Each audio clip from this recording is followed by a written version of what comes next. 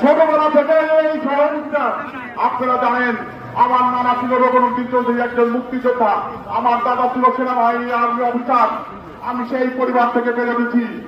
যদি কেউ কোনো চাঁদাবাদী সন্ত্রাসী করে, আপনারা পুলিশকে এবং আমাদের সহযোগিতা নেবেন, ধরে খুঁটির সাথে বেঁধে রাখবেন, তারপর সেনাবাহিনীকে খবর দেবেন, পুলিশকে খবর দেবেন। রাজধানীর পুলিশ অনুরোধ করবো, আপনারা নিশ্চিন্তে আপনাদের দায়িত্ব পালন করুন।